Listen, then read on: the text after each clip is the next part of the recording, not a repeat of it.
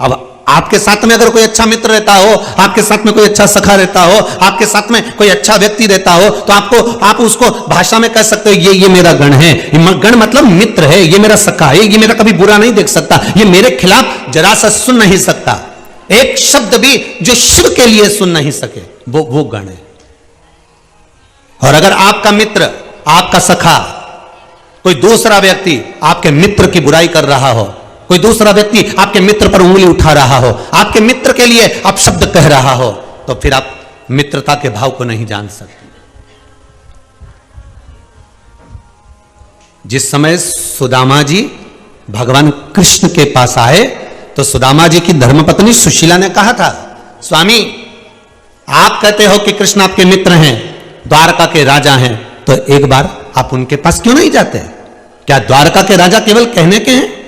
क्या द्वारका के राजा केवल बोलने के? आप एक बार उनके करीब में तो जाओ, एक बार उनके नजदीक में तो जाओ, एक बार उनके पास पहुंचो तो। सुदामा जी ने पलटकर जवाब दिया, सुशीला सुनो, अगर कुछ कहना है तो मुझसे कहो, पर मेरे मित्र के लिए कोई संबोधन ना कहे, मेरे मित्र के लिए कोई शब्द ना कहा जाए।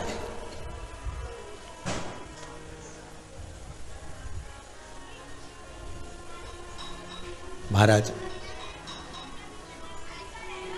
शिव गण को अपना मित्र सखा भी मानते हैं। और बहुत ध्यान देना महाराज कि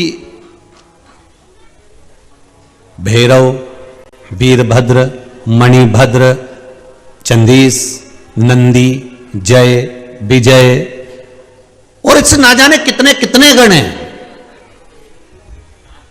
आखिरी में शिव महापुराण में कहा, शिव चरित्र में कहा, शिव संहिता में कहा कि जो शिव को अपना मित्र मान लेता है, जो शंकर को अपना सखा मान लेता है, शंकर के लिए एक शब्द भी नहीं सुन सकता, वो शंकर का प्रिय गण कहलाता है। जो शिव के लिए एक शब्द ना सुन पाए, जो शंकर के लिए सर्वस्वता निछावर कर।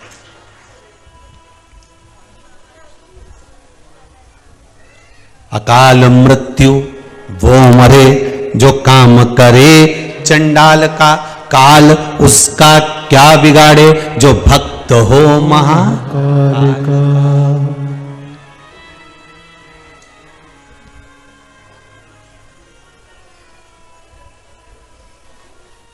भगवान को देखने के लिए, भगवान के दर्शन के लिए, भगवान के मंदिर में गए हो और भगवान का दर्शन तुम्हें करना है, तो सारे शरीर में सबसे मुख्य चीज कौन सी है जिससे भगवान का आप दर्शन करोगे? अपने नेत्र। कोई से पूछोगे तो कह देगा कि नेत्र की जरूरत पड़ेगी भगवान के मंदिर में जाओ तो। भगवान के मंदिर में जाओगे तो नेत्रों की जरूरत पड़ेगी। पर शिव महापुराण की कथा तो कहती है कि न देखने के लिए नेत्रों की जरूरत पड़ती है, दर्शन के लिए तो मन की जरूरत पड़ती है। दर्शन के लिए आपके नेत्र नहीं चाहिए। एक भक्त, अड़भंगा भक्त जो शिव का उपासक है, भगवान शंकर का उपासक है, उसका नियम था छिपरा जी के तट पर स्नान करना। राम घाट पर गया, छिपरा जी में स्नान करा और स्नान करने के बाद माता हरसिद्धि का दर्शन करा। हरसिद्धि का दर्शन कर हरसिद्धि के पास से पुष्प लेता और एक पुष्प गुलाब का उठाकर, साधारण सा पुष्प उठाकर भगवान महाकाल के मंदिर में पहुंच जाता। और महाकाल के मंदिर में पहुंचकर बाबा देव अधिदेव महादेव से बस एक निवेदन करता, बाबा हरसिद्धि माता ने भेजा है पुष्प।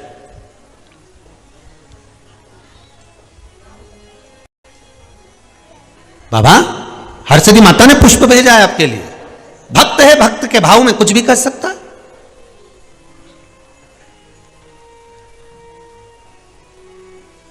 कई लोग जब कुबेरेश्वर धाम आते हैं, अभी तो लॉकडाउन चल रहा है, लॉकडाउन क्या, अभी तो कोरोना महामारी चल रहा है, तो इसके अंतर्गत सरकार की जो गाइडलाइन है उसका पालन करते हुए मंदिर देवालय आदि आदि जगह पर भीड़ नहीं होना चाहिए। पर कई लोग उज्जैनी से होते हुए आते हैं, तो उज्जैनी से होते होते आके फिर कुबेरेश्वर धाम रुकते हुए फिर अपने गंतव्य की ओर, अपने आनंद की ओर जाते हैं। तो हम लोग उनसे पूछ लेते कई बार, कहां से आ रहे हो? मस्तक पर तिलक लगा हुआ है, चंदन लगा हुआ है, तो बड़े प्रसन्न होकर बताते, गुरुजी उज्जैन गए थे। गुरुजी हम महाकाल का दर्शन करने गए थे, गुरुदेव हम ओमकारेश्वर से आ रहे हैं, हम त्र्यंबक से आ रहे हैं, हम उज्जैनी से आ रहे हैं। चेहरे की प्रसन्नता बता देती है कि शंकर के प्रति पूरे ये छिपरा जी नहाए कि ना नहाए, पर यह पक्का है कि ये शंकर की नगरी में जाकर शंकर की उस रज में नहाकर जरूर आ गए हैं। ये पक्का हो गया कि उस रज में लोट जरूर लगाकर आ गए। ये उज्जैनी होकर आए तो ये नहाकर आए।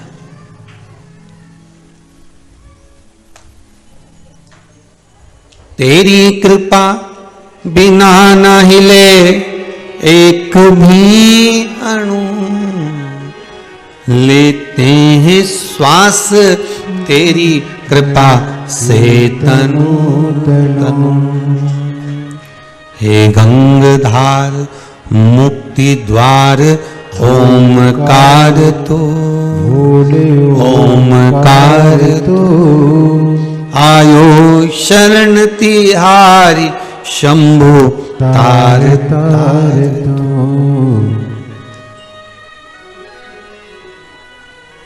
महाराज बखान क्या करूं मैं राखों के ढेर का, चपटी भभूत में है खजाना कुबेर का। चपटी भभूत में है खजाना कुबेर का। महाराज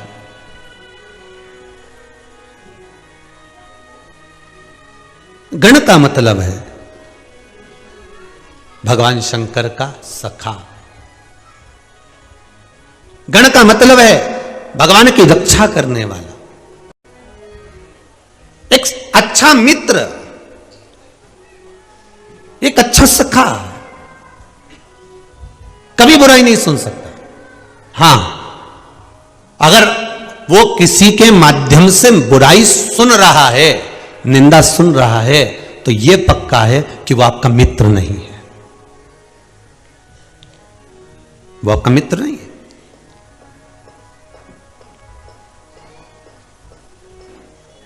एक व्हाट्सएप पर एक मैसेज पढ़ा था, आपने भी पढ़ा होगा, क्योंकि कोई भी चीज डाली जाती है तो कम से कम 100, 200, 500 तक तो पहुंची जाती होगी।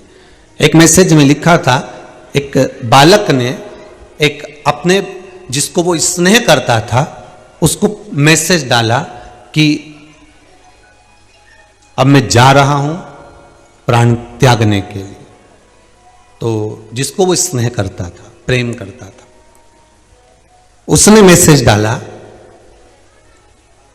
मैं आ जाती तुम्हारे साथ में, पर पापा घर पर हैं इसलिए मैं आ नहीं सकती, कुछ परेशानी है, नहीं आ सकती। एक मैसेज उसने अपने मित्र को डाला, मैं जा रहा हूं मरने के लिए। तो मित्र ने मैसेज डाला, लोकेशन भेज, मैं अभी आ रहा हूं, दोनों एक साथ मरेंगे। मित्र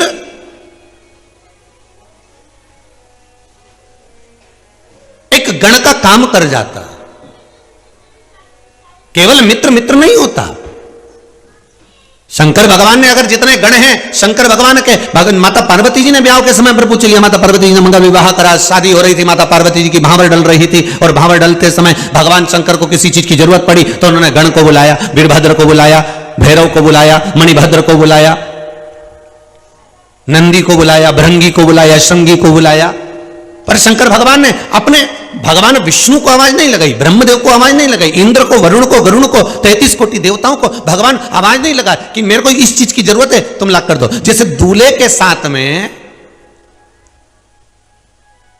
अगर रात भर फेरे के समय पर, विवाह के समय पर कोई बैठता है तो भाई नहीं बैठता, बंधु जो साथ में होंगे, रिश्तेदार, वो भी थोड़ा दूर बैठेंगे। पर जो दूल्हे का खास दोस्त होता है, मित्र होता है, जिसको हम सहज भाषा में गण कह दें, जो होता है वो नजदीक में बैठता, बिल्कुल कस के। उसने कहा जरा रुमाल देना, उसने रुमाल दिया, जरा सामान देना, उसने सामान दिया। बोलो सही है कि गलत है?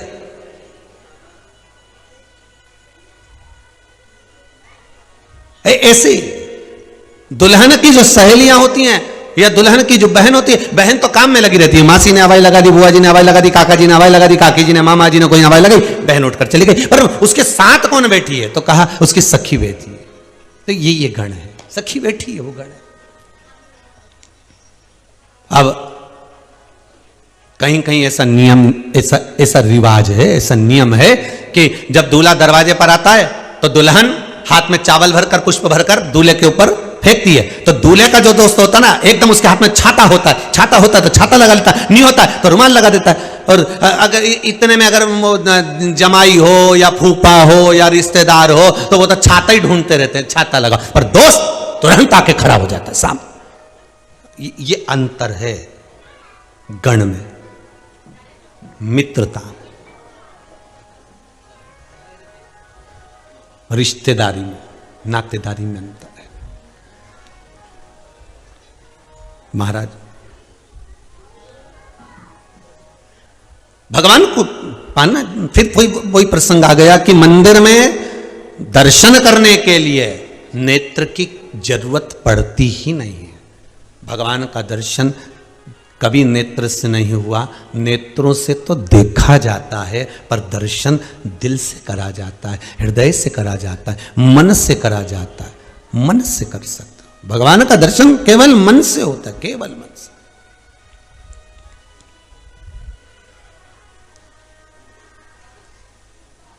सूरदास जी के नेत्र थे क्या? अरे बोलो, थे? नहीं। एक बार श्री जी बाबा को, ठाकुर जी को, भगवान कृष्ण को, गोवर्धन नाथ जी को एक बार सूरदास जी को ले जाकर बिठा दिया कि बताओ भगवान ने आज कौन से कपड़े पहने, कौन से आभूषण पहने, कौन से वस्त्र धारण करें, कौन सा श्रृंगार आज भगवान श्री जी बाबा ने, गोवर्धन नाथ जी ने, ठाकुर जी ने हवेली जी में करा है। सूरदास जी ने, आंख नहीं थी, नेत्र नहीं थे, सूरदास जी ने लिख दिया था आज हरि नंगम नंगा। आज भगवान ने कोई कपड़े ही नहीं पहने, आज भगवान तो नग्न खड़े हुए। सूरदास जी से पूछा तुम्हें किसने बताया कि आज भगवान ने कपड़े नहीं पहने? जब तुम घर से चले थे कोई ने बताया था कि आज भगवान ने कपड़े नहीं पहने, वस्त्र नहीं पहने, आभूषण नहीं धारण करें, आज भगवान ने कोई वस्त्र धारण नहीं करा?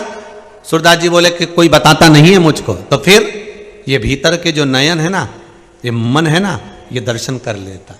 नेत्र केवल देखते, कानों में लिखना शब्द गुरु का, शब्द गुरु का श्रवण में।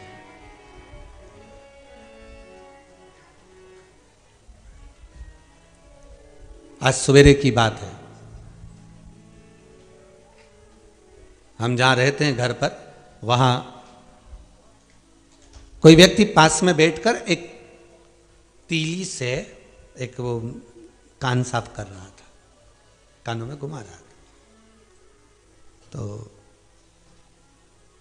हम सूर्य नारायण भगवान को अर्घ देने के लिए बाहर आए, तो वो ओटले पर बैठा था। हमने कहा ना जाने कहाँ से आया है, कौन है भगवान। तो हमने कहा जय श्री कृष्णा, श्री शिवाय नमस्तुभ्यम। वो साफ करने में लगा हुआ था।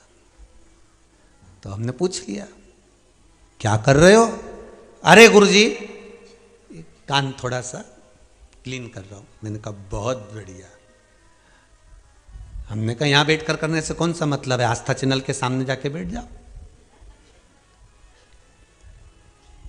दोपहर 2 बजे से 5 बजे तक कान ही तो साफ किया जाता है। शिव महापुराण की कथा वो ड्रॉप है, वो दवाई है कि 2 बूंद डलती है और पूरा कान के साथ एक एक इंद्रिय साफ हो जाती है। शिव महापुराण की कथा वो है। अच्छा, कई लोगों की तो आदत हो गई है, जब तक कान में दवाई नहीं जाए नहीं रात के नींद नहीं आए। कई लोगों की आदत पड़ी हुई है कि जब तक वो आधा घंटा, 1 घंटा, 15 मिनट, 20 मिनट, 15 मिनट, 10 मिनट या कोई संवाद या यूट्यूब पर थोड़ा सा सुन नहीं ले, जब तक वो कथा कानों में जाए नहीं तब तक उनको नींद आए नहीं। और उसके कारण वो बैंड हस्बैंड वो परेशान है, वो बेचारा।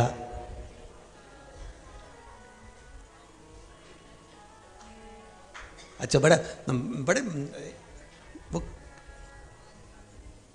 वो कह देता है सो जा, बस 5 मिनट और, कुछ अच्छा बोलने वाले तुम सुनो, अच्छा बोलने वाले तुम 5 मिनट और वो उन्हें आवाज तेज करके रखिए इधर,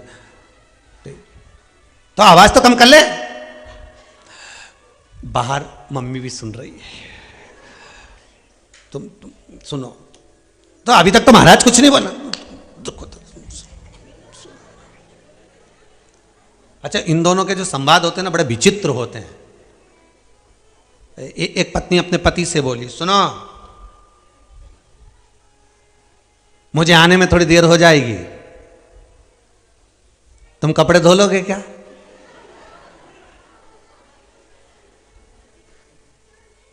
और देखो धुले तो धो लेना, नहीं तो मैं आके धो दूंगी।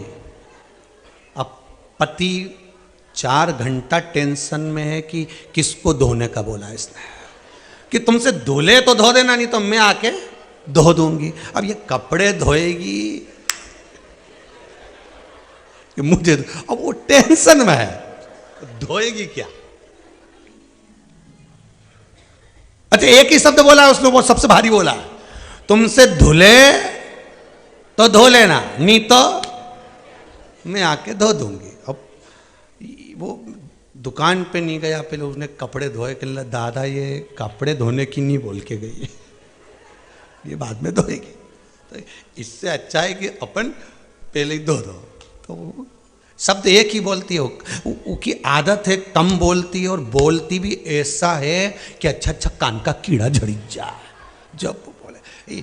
इसीलिए तो कहते हैं बहू बहुत बढ़िया है गुरुजी, इतनी जोरदार बहू मिली है, भगवान की कृपा है, खूब सेवा करती, खूब अर्चना करती, खूब कथा सुनती, खूब दान करती, खूब पुण्य करती। बहुएं कभी बुरी नहीं होती गुरुजी, बहुत अच्छी होती है। और वास्तवता है बहू जैसी बहू नहीं होती है गुरुजी, बहुत बढ़िया बहू है। बस महीने भर में एक बार मुंडा से ऐसी बोले कि पूरा महीना का करा धरा सब पानी फेर वो बोलती, बस बाकी सब बढ़िया गुरुजी, एकदम बढ़िया। पर गुरुजी ऐसा कुछ करी दो नहीं कि इसका मुंडा बने। तो गुरुजी बोले इका एक ही काम है, अगर उसका मुंह बंद करना है तो अपना मुंह बंद कर, बस बहुत है। महाराज अब मंदिर जाओ, देवालय जाओ, मना नहीं, तीर्थ जाओ, मना नहीं है, पर भगवान का दर्शन करने के लिए जा रहे हो तो देखने वाले नेत्र लेकर मत जाना, उस मंदिर में दिल लेकर जाना, मन लेकर जाना। महाराज गण मित्र भी है शिव के, गण सखा भी हैं शिव के, और गण शंकर के रक्षक भी हैं, गण शंकर के सेवक भी हैं, गण भगवान शंकर के द्वारपाल भी हैं। वो गण है। जाओ आप जहां आपकी मर्जी पड़े वहां दर्शन के लिए जाओ, जहां मन पड़े आपका वहां तीर्थ जाओ, पर निवेदन है भगवान के मंदिर, देवालय, तीर्थ आदि में नेत्र लेकर नहीं, हमें दिल लेकर जाना है, हमें हृदय लेकर जाना। तेरे चरणों में ध्यान लगाया, तेरे चरणों में ध्यान लगाया, मुझे अपना लिया ओ भोलेनाथ, मुझे अपना लिया ओ भोलेनाथ। भगवान शिव के चरणारविंद का स्मरण करना, शिव मंदिर जाने वाला, भगवान शंकर के करीब में जाने वाला, शंकर के पास जाने वाला, और जो शंकर की निंदा ना सुने, समझ लेना वो शिव गण है, शंकर का मित्र, शंकर का सखा। फिर आप शिव के हो गए, शंकर आपके हो गए। अब देवता जो वाणी बोलते थे वो गण कभी नहीं बोलते थे।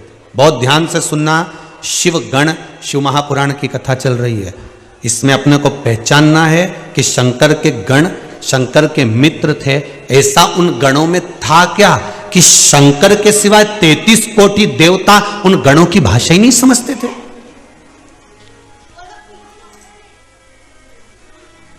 गण जो बोलते थे शंकर सुनते थे, इसके सिवा कोई नहीं सुनता था। जब गण बोलते थे देवता अपने अपने कान बंद कर लेते थे। ये गणों के बोलने से जो शब्द निकलता था उसी को लोगों ने शोर कहा। क्या कहते हैं? शोर हो रहा है। शोर हो रहा है मतलब बहुत चिल्ला रहे हैं। शोर हो रहा है, आवाज आ रही है बहुत तेज तेज, बहुत चिल्ला के बात करते हैं, शोर हो रहा है। शंकर भगवान के गण जब बोलते थे तो देवता कानों पर हाथ रख लेते थे, क्योंकि वो बोलते ऐसा थे, ऐसा ऐसा कि आसपास में कहीं का खड़ा होनी तो ये कान के पर्दे फट जावे। पर उनकी बात शिव समझ जाते थे कि ये बोल क्या रहा है। तो शिव महापुराण की सुंदर विद्येश्वर संहिता में कहा कि आखिर ऐसा क्या था कि शंकर भगवान गणों की बात समझते थे, बाकी के देवता समझते नहीं थे। तो कहा हृदय रखने वाला हृदय रखने वाले की भाषा समझ जाता है। बोलो समझता है कि नहीं समझता? एक मां का छोटा सा बच्चा मात्र 5 महीने 6 महीने का 8 महीने का बच्चा, 8 महीने का भी जाने दो तुम तो, 10 महीने का बच्चा, 12 महीने का बच्चा, 10 महीने का, 12 महीने का, 8 महीने का बच्चा रो रहा है। मां को समझ में आता है कि नहीं आता है मेरे बच्चे को क्या हुआ है? दादी कहेगी पेट दुख रहा होगा, मां है वो भी, दादी घर की बुआ, घर का बुजुर्ग, वो भी मां है। मां बच्चे को लेकर टहल रही है, रो रहा है, बहुत रो रहा है। मां रो रही है, माता की आंख में से आंसू निकल रहा है। क्यों? मेरा बच्चा रो रहा है। और रोते रोते मां फिर ध्यान करती है, इसको हुआ क्या है? लाला तुझे हुआ क्या है? लाला बोल नहीं सकता, बच्चा बोल नहीं सकता, बच्चा कह नहीं सकता, पर रो रहा है। तो मां जान जाती है इसका पेट दुख रहा होगा, इसको कुछ तकलीफ होगी, सर्दी बहुत है, ठंड बैठ गई होगी, तपाएगी, ले जाएगी, कपड़ा गर्म करेगी, तवा पर डालेगी, जल्दी से पेट को सेकेगी, शरीर को सेकेगी, ऊनी कपड़े पहनाएगी, उसको ठंड के वस्त्र पहनाएगी। बच्चा रोना बंद कर देगा, मां को लगेगा मेरा बेटा ठीक हो गया। हृदय चित्त जहां जुड़ा होता है, दिल जहां लगा होता है, मन जहां लगा होता है, वहां कहा नहीं जाता, समझा जाता है।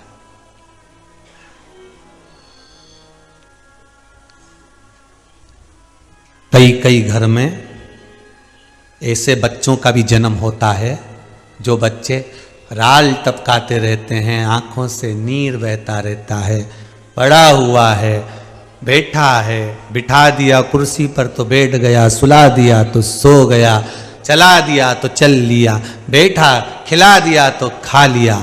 आपके भी मोहल्ले में, आपके भी क्षेत्र में, आपकी भी कॉलोनी में, आपकी भी सोसाइटी में, आपके भी गांव में, नगर में कहीं कहीं ऐसे बच्चों को देखा होगा। अब उन बच्चे ना तो कह सकते हैं, बड़े होने के बाद भी ना बोल सकते हैं, ना अपनी तकलीफ को बयां कर सकते हैं, ना बोल पा रहे हैं, फिर भी रिश्तेदार कह देंगे अपने बच्चे को संभालो। केवल एक घर में मां ऐसी होती है जिसने गर्भ में रखा होता है उस बच्चे को, तो वो मां उस बच्चे की गण और बेस्ट फ्रेंड होती है। तुरंत कह देती है इसने कुछ गंदगी कर दी होगी, बोल नहीं पा रही, आंख से आंसू बहा रही है, आ कर कर चिल्ला रही है, इसको कुछ चीज की जरूरत होगी। मां पहचान जाएगी और तुरंत आएगी, हाथ फेरेगी बच्चे पर, क्योंकि मां के लिए वो बच्चा बुरा नहीं है। मां का अगर मां उसको गर्भ में रखी है तो बच्चा उसकी जान है। मां कह देगी बेटा क्या चाहिए? वो बस राल टपका रहा है, नेत्रों से नीर बहा रहा है, और मां पहचान जाती है इसको किस चीज की जरूरत है। वो तोड़ती है, लाती है, चम्मच से उसको खिलाना चालू कर देती है। बच्चा आंख से आंसू बहाना बंद कर देता है, चिल्लाना बंद कर देता है। मां जान जाती है इसका भोजन का टाइम हो गया, मां पहचान जाती है इसका पानी का टाइम हो गया, मां जान जाती है इसको क्या चाहिए। वो मां की वात्सल्यता, मां उस बच्चे का गण है, मां उस बच्चे का प्रेम है, मां उस बच्चे की सेफ्टी है, रक्षक है, मां उस बच्चे का मित्र है। पहचान है। जितने आस्था पर कथा सुन रहे हो, जितने मोबाइल पर सुन रहे हो, आपके भी रिश्तेदारों में, नातेदारों में, मोहल्ले में, सोसाइटी में, कॉलोनी में, मोहल्ले में, गांव में, नगर में कोई बच्चा तो आपकी जिंदगी में ऐसा दिखा होगा। और उसकी माता को देखो और उसको देखो, पूरा परिवार कोई नहीं करता, पर मां की करुणा, मां की वात्सल्यता, मां का स्नेह एक ऐसा होता है। सब लोग दोष देते हैं, बच्चे की ओर देखते तक नहीं, वो गंदगी कर दे कोई उठाता तक नहीं। पर गण जो होता है, मित्र जो होता है, सखा जो होता है, वात्सल्यता जिसके भीतर होती है, जिसके भीतर एक सेफ्टी, एक सहयोग, एक आनंद होता है, वो दौड़ पड़ती है, वो मां होती है। शिव महापुराण की कथा कहती है मां को गण भी कह सकते हैं, मां को सखा भी कह सकते हैं, मां को मित्र भी कह सकते हैं।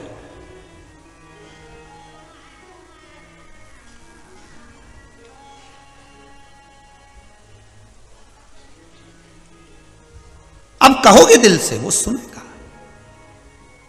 उसको क्या चाहिए? महाराज, शिव महापुराण की कथा कहती है जितने 33 कोटि देवता हैं, 33 कोटि जितने देवता हैं, उन देवताओं से भी ज्यादा गण थे शंकर भगवान के। ध्यान देना महाराज जी, यहां पीछे तो तुमको जो नजर आ रहा है ये तो थोड़े दिख रहा है। कहते हैं शंकर भगवान की जब शादी हुई थी तो रिसेप्शन कोई एक दिन तक ही नहीं चला था। आज पूर्व के गण तो दूसरे दिन पश्चिम के गण थे, फिर उत्तर के, फिर दक्षिण के गण थे, फिर नीचे के, फिर ऊपर के गण थे, मध्य के गण बाद में आए थे। 33 कोटि देवताओं को तो शंकर भगवान ने कजन कितने साल बाद रिसेप्शन दिया था, जिसको तुम लोग सिल्वर जुबली और गोल्डन जुबली कहते हो, जिसको आप लोग कहते हो ना 25वीं शादी की सालगिरह। आज अभी हमारी 50वीं शादी की सालगिरह। ये सिल्वर और गोल्डन, ये शंकर भगवान ना, उनके यहाँ जब रिसेप्शन चालू हुआ था भोलेनाथ जी का, कई वर्ष निकल गए थे साहब, कई वर्ष। अभी तो गणी जीम रहे थे।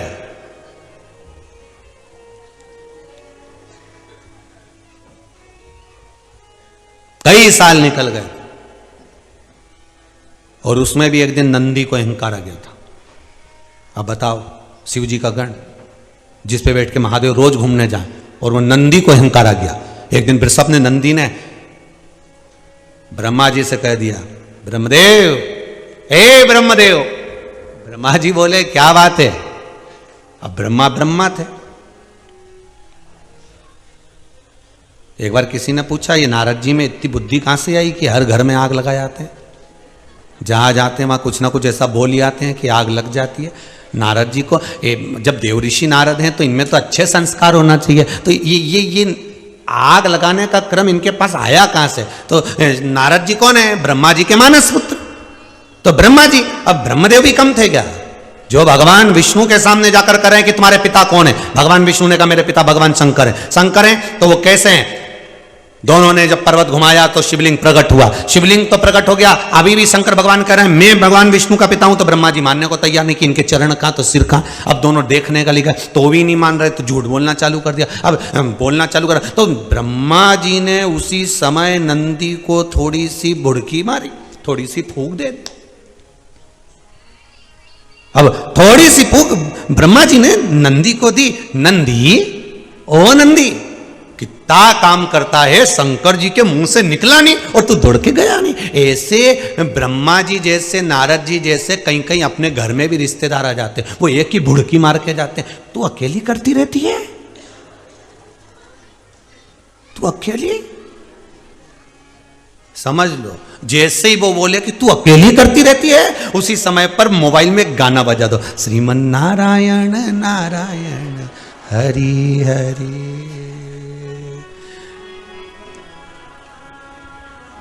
तेरी नस नस उगले चुगली चुगली हरि हरि जय हो। बस वो आते सी एक बात बोले, तू अकेली करती है। देवरानी कहां गई है? उसका बच्चा हुआ है ना अभी। अच्छा, कितने दिन की गई है मायके? अभी तो 15 दिन। तो 15 दिन क्या करे वहां पे? तू अकेली करेगी? जब तो तेरी आंखें के नीचे काला काला होगी। श्रीमन नारायण नारायण हरि हरि। पड़ोसन को पड़ी तेरी फिकर बड़ी, श्रीमन नारायण नारायण हरि हरि बड़ी फिकर इसको। अब इससे कह दो, जब तुझे इतनी फिकर पड़ रही है कि तू अकेली कर रही है, तो सुबह 9 बजे से हमारा घर का बर्तन मान ले, तू ही जा।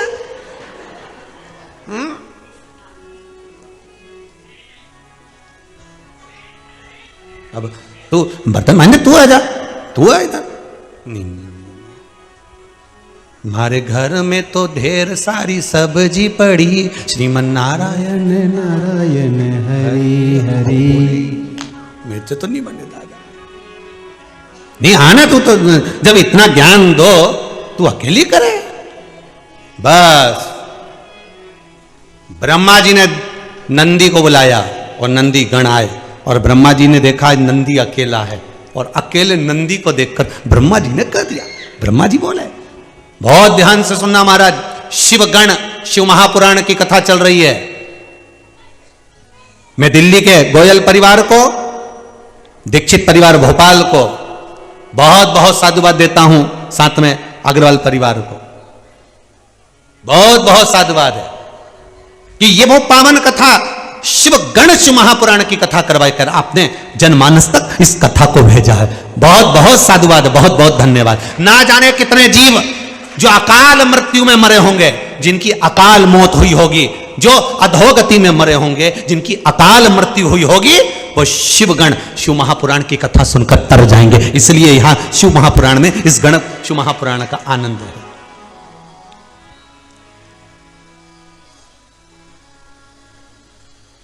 ब्रह्मा जी नंदी को बुलाए, नंदी इधर आओ जी, क्या बात है, क्यों नंदी, कहां जा रहे हो? नंदी बोले, प्रभु ने भेजा है काम के लिए। अच्छा, तो नंदी तो थोड़ा बहुत तो विश्राम करा कर,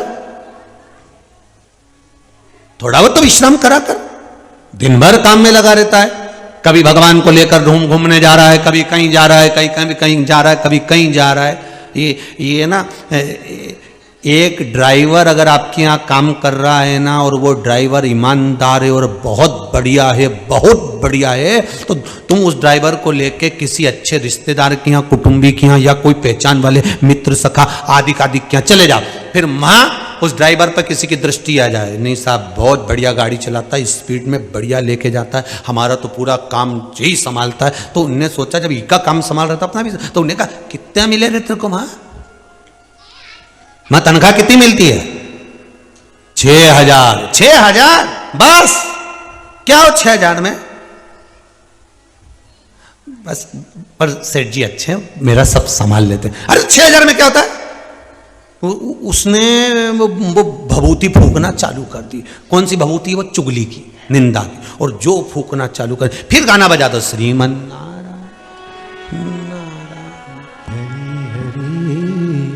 अच्छा। ऐसे हम फेरे भी बोले एक बार, आज फिर बोलते हैं, ऐसे मोबाइल में ऐसे फंक्शन आ जाना चाहिए कि जैसे ही कहीं का निंदा करना चालू करे और मैं अपने आप गाना बजे, श्रीमन नारायण नारायण हरि हरि। क्यों री जी काय को करे चुगली चुगली, श्रीमन नारायण नारायण हरि हरि। तुरंत बजना चालू। ब्रह्मा जी बोले क्यों नंदी तू अकेला कितना काम करता है? तब नंदी ने कहा, अरे ब्रह्मदेव, जो दुनिया का भार उठाता है वो महादेव है। दुनिया का जो भार उठा रहा है वो मेरा देव अधिदेव महादेव है, और महादेव का अगर कोई भार उठा सकता है, महादेव कहीं पे बैठते हैं? नंदी पर, वृषभ पर। तो कह महादेव का अगर कोई भार उठा सकता है तो वो ये वृषभ है। अब इनने तो इनसे कहा, निंदा चुगली बुराई तुम कमरे में बंद कर कर भी कर दोगे तो भी हो जाएगी। इसलिए तो कहते हैं मकान, मतलब इसका कान। जिस दीवाल के कान होते हैं उसी को मकान कहा जाता है। हवेली जिसमें हवा निकल के इधर उधर चली जाए। कथा में पहले वाली में बताया, बंगला जो बगल वाले कोई नहीं जाने, वो बंगला। वो फ्लैट जिसकी किस्त जमा कर करके लेट जाए, वही फ्लैट। अब तो यहां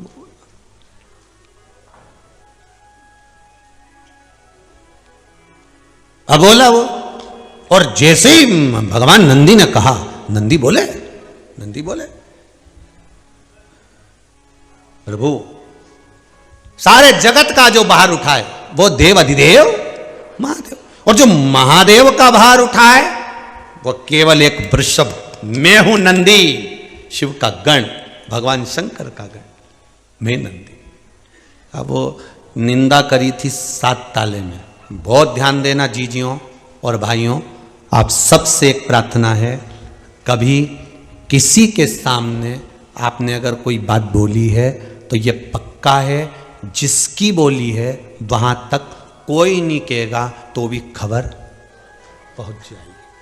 बहुत सोच समझ कर बोलिए। गण शिव महापुराण की कथा में से बहुत सारी चीजें हमें सीखना है।